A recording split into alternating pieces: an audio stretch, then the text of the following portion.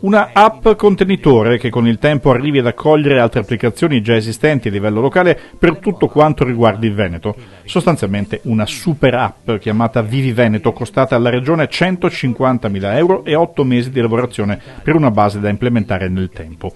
Con un'area amministrativa che ingloba i portali regionali esistenti, dove si paga il bollo auto e altri tributi, si fissano appuntamenti e prossimamente anche le visite specialistiche, si ottengono informazioni su mete turistiche, venendo informati con un sistema di messaggistica su eventi e spettacoli. Tutti possono scaricarsene immediatamente e iniziare a trovare i contenuti che abbiamo inserito all'interno di questa app, che sono un po' quelli che già c'erano e erano spersi un po' nel territorio digitale del Veneto.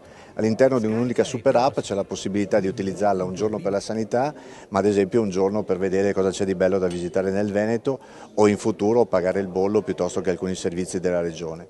È un percorso, iniziamo, molti sono i servizi che la Regione eroga quotidianamente, cercheremo di farli convertire all'interno di queste app in maniera di semplificare la vita dei veneti. Allora, di implementare anche servizi privatistici, cosa intendeva? Allora, dentro, ad esempio, abbiamo sperimentato con Union Mare perché ce l'avevano già ed è il modo per trovare un ombrellone in spiaggia.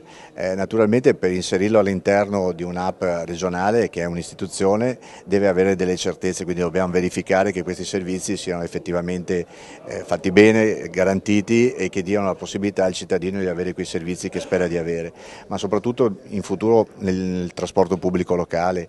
Nel lavoro, attraverso Veneto Lavoro, e la possibilità di matchare l'offerta con le richieste, che ad esempio in alcune aree è importantissimo, pensiamo ad esempio al periodo estivo, tutto il tema del litorale, del turismo, potrebbe trovare una grande risposta all'interno di questi, che sono strumenti che i giovani in particolar modo usino quotidianamente.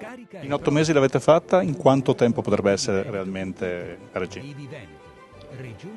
Ma a regime c'è solo la fantasia che ci pone dei limiti, nel senso che i servizi digitali, vedete, stanno quotidianamente implementandosi, quindi quello è un contenitore aperto. Adesso io spero che anche i miei colleghi assessori di giunta comprendano come alcuni dei servizi che loro stanno già dando possano trovare all'interno di questa nuova app un filo diretto con i propri cittadini e una più veloce informazione.